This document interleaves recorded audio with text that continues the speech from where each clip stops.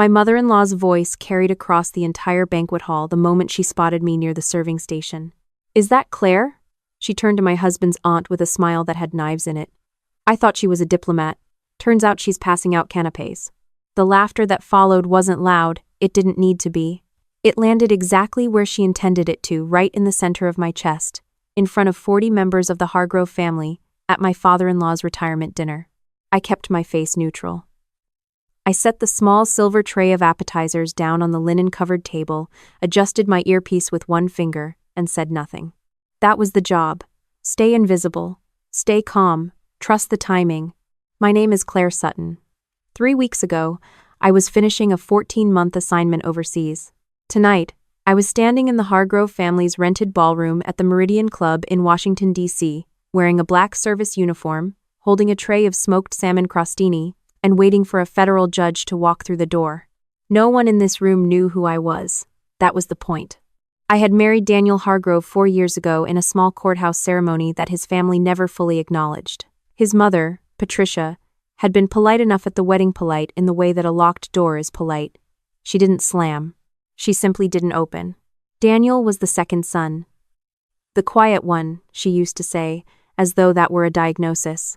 He'd married a woman who worked for the federal government in a department she described vaguely as international coordination, and Patricia had decided early on that this translated to not good enough. "What exactly do you do?" she asked me once at Thanksgiving, the first year. "Liaison work," I said, "between agencies." She turned back to her green bean casserole. "Daniel mentioned you travel a lot.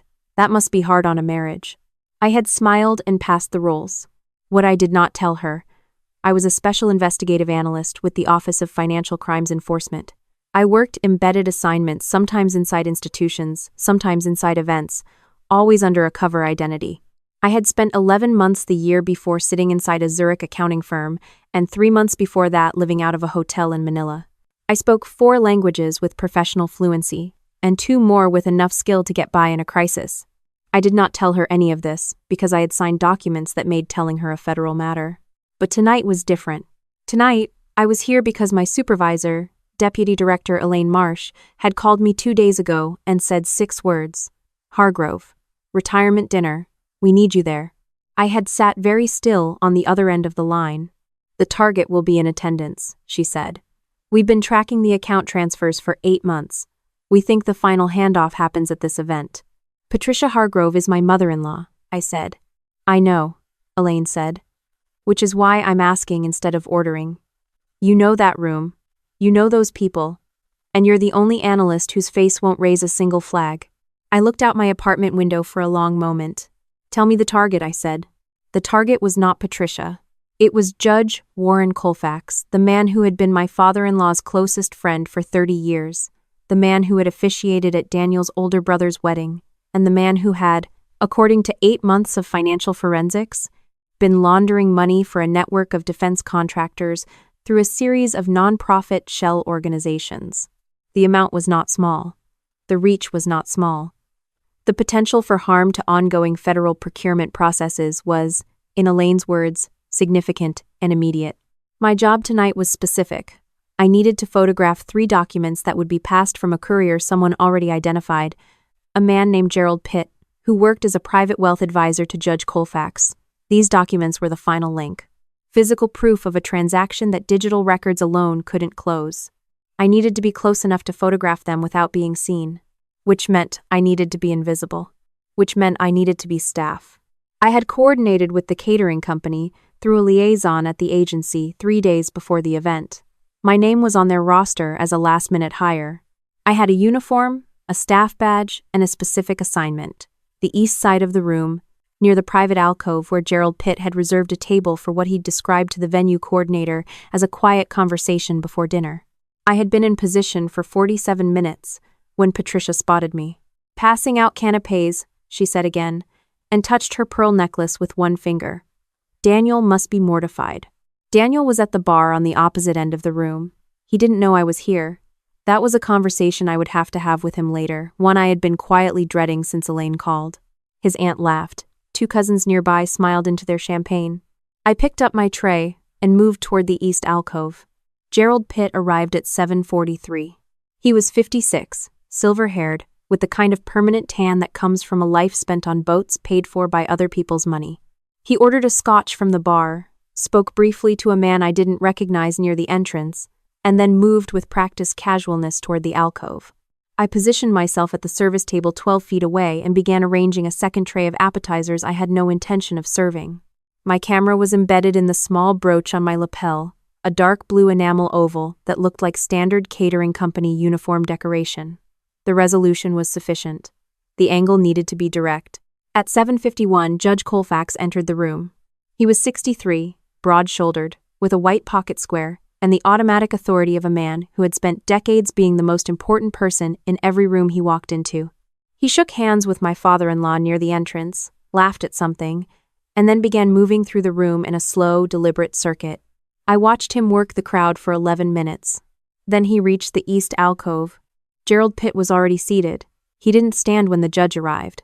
That told me something. They were past the performance of formality with each other. The judge sat down, accepted the scotch that Pitt slid across the table, and leaned back in his chair with the posture of a man who believed himself completely safe. I lifted my tray and walked toward their table. "Can I offer you something from the kitchen?" I said to the table behind theirs, which was occupied by two elderly women I recognized as friends of Patricia's from her garden club. "Oh, what are those?" one of them asked. "Smoked salmon crostini," I said. "And we also have a fig and prosciutto on the next round." "Lovely," she said, and took two. I was 3 feet from Judge Colfax and Gerald Pitt. Pitt reached into his interior jacket pocket. He produced a slim envelope, cream-colored, letter-sized, folded once and placed it on the table between them without any change in his expression. Colfax covered it with his palm without looking down. I turned slightly, adjusting the tray in my hands. The brooch captured it. I set down 3 crostini on the garden club women's bread plate, thanked them with a smile, and walked back toward the service table. My pulse was exactly where I needed it to be. Measured, controlled. I had done this before, not here, not in this room, not with my mother-in-law 30 feet away telling someone I had never quite found my footing, but I had done this. I pressed the small button on the inside of my left wrist, beneath the cuff of my uniform sleeve. "Package acquired," I said quietly, just above a breath. The response came through my earpiece 4 seconds later. Elaine's voice. "Copy. Stand by." The arrest did not happen the way I expected. I had assumed the team would wait until after dinner. Let Colfax leave with the documents, intercept him outside, keep the scene contained. That had been the plan as of 2 days ago. But at 8:17, I heard Elaine's voice again. "Sutton. Change of plan. Pitt made a call 3 minutes ago. He's moving the second package earlier. We need both. Can you get to the coat room on the north corridor?" The coat room. I knew exactly where it was. I had walked past it 4 times tonight. "Yes," I said. 60 seconds. Pitt will hand the second envelope to a woman in a green dress. We need those photographs before she leaves the room. I set my tray on the service table, moved through the east door into the corridor, and walked at staff pace, not slow, not urgent, the particular speed of someone who is exactly where they're supposed to be toward the north corridor. The coat room door was half open. Through it I could see Pitt and a woman I didn't recognize, early 40s, green wrap dress, dark hair pinned back. They were standing close together and speaking very quietly. I stopped at the coat room attendant's station, which was empty. The attendant had stepped away, which I suspected was not a coincidence, and began straightening the claim tickets on the counter. The second envelope exchanged hands. I had the angle. "Second package acquired," I said. "Perfect," Elaine said. "Now walk away. You're done." I was back in the main hall, tray in hand, standing near the service entrance when they came in. Not uniformed officers. 4 of them, in dark suits, moving with the particular economy of people who have done this many times and feel nothing about it. They split 2 toward the east alcove where Colfax was now speaking with my father-in-law, 2 toward the north corridor where Pitt had not yet returned. The room didn't understand what was happening for almost 30 seconds. Then Judge Colfax said something, loudly, and the nearest agent responded in a voice that was quiet but carried. And the whole room shifted the way a room shifts when something real interrupts the performance of an evening. I watched from near the service entrance. Patricia was standing 10 feet from me. I saw the moment she realized what was happening, the slight open of her mouth, the hand that went to her husband's arm, the look she gave across the room toward her oldest son. She didn't look at me. I set my tray down on the nearest table. I unpinned the brooch from my lapel and held it in my palm for a moment. Then I folded it into my uniform pocket, took out my phone, and sent Daniel a single text message. I need to tell you something. I'm at the dinner. I'll explain everything. Please don't leave. Daniel found me in the corridor outside the main hall 20 minutes later. He stopped when he saw me in the uniform. His expression went through 3 or 4 things very quickly. "Claire," he said. "I know," I said. "Sit down with me." We found a bench near the window at the end of the corridor. Outside, the Capitol building was lit against the dark sky. A town car idled at the curb where, I knew, Judge Colfax was currently being transported to a federal facility. I told Daniel everything I could tell him, which was more than I had ever been able to tell him before, because the operation was now closed. I told him about the work, about what it actually was, about the years of assignments I had described in vague terms over dinners and holidays and the quiet nights when he'd ask me, gently, why I seemed to come home from trips carrying something I never quite unpacked. He listened without interrupting.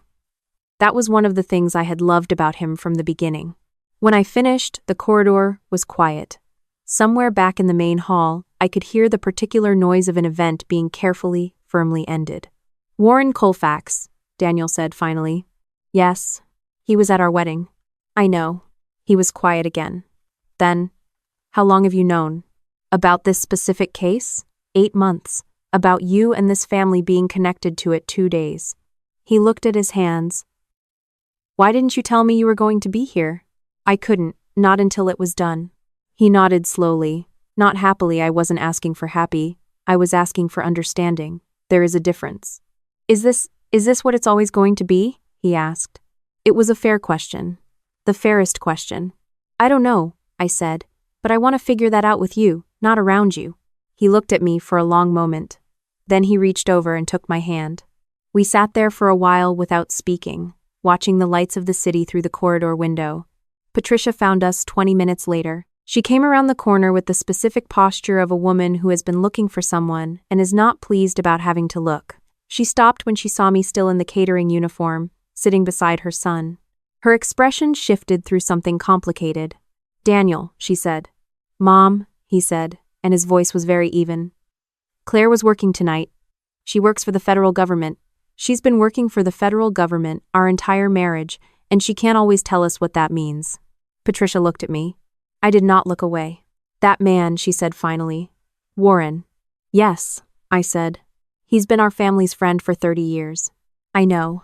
She was quiet. The pearls at her throat caught the light. For a moment she looked much older than I had ever seen her look, and something in her face shifted. Not an apology, not yet, maybe not ever, but something. A recalibration. "You knew," she said, "when you were standing at that table with those little with the salmon." "Yes." She absorbed that. "And you didn't say anything." "I couldn't." She looked at her son, then back at me. Then she turned and walked back toward the main hall without another word. It wasn't forgiveness. It wasn't acknowledgement. But it was the first time in 4 years that Patricia Hargrove had walked away from me without getting the last word. I would take it.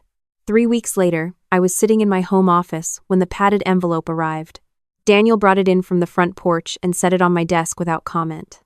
The return address was a law firm in Bethesda. I didn't recognize the name. Inside was a letter, and beneath the letter, a bundle of papers held together with a binder clip, photocopies of what appeared to be handwritten notes, pages and pages of them, in handwriting I knew before I had consciously registered knowing it. My father. My father had died 6 years ago. He had worked for the State Department for 22 years, a fact I had grown up understanding in the particular vague way that government children understand these things. He hadn't talked about his work. We hadn't asked. That was the structure of our household.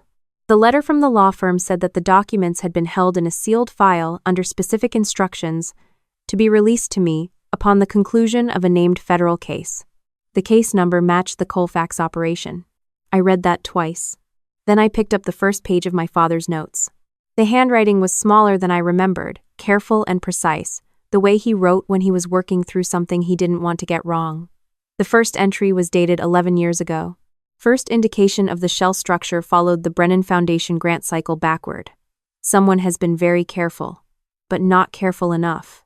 The Meridian Club keeps coming up. Whatever the handoff point is, it's there. I turned the page. He had known, not everything, not the names, not the final shape of it, but he had been following the same thread I had followed for 8 months, 11 years before I ever opened my first case file. I thought about the moment I'd been standing in the corridor of the Meridian Club, watching the lights of the city. I thought about Daniel asking me if this was always what it was going to be. I thought about my father sitting somewhere with a pen and a yellow legal pad, writing notes he intended for no one but himself, following something he believed mattered, alone. He never finished it. I did. I closed the bundle of papers carefully and set them on the edge of my desk. Outside, the afternoon was bright and ordinary. Somewhere in the house, Daniel was cooking something that smelled like garlic and rosemary. I picked up my phone and called Elaine. "The documents I received today," I said when she answered. "I was expecting your call," she said. "He was tracking this before I was at the agency." "Yes. Did you know that when you assigned me to this case?" There was a pause, not evasive, just honest. "We suspected," she said. "We didn't know the full picture until we pulled the sealed file 2 months ago. By then you were 8 months in and the best analyst on the case. I made a judgment call." I was quiet for a moment. "He never told me," I said. "No," Elaine said. "He wouldn't have. You know why?" I did know. Because that was the job. You protect the people you love by keeping them out of it, for as long as you can, for as long as it keeps them safe. And then sometimes the case closes and the sealed file opens, and the thing you kept from them becomes the thing that explains everything. "Is there more?" I asked. "There's always more," Elaine said. "Get some rest, Sutton. You've earned it." I hung up and sat for a while with the bundle of papers on my desk and the smell of garlic and rosemary coming down the hall. Then I got up, put the papers in the fireproof lockbox in my closet, and went to help Daniel with dinner. Some things you carry quietly, some things you finally put down, and some things, the ones that matter most, you finish.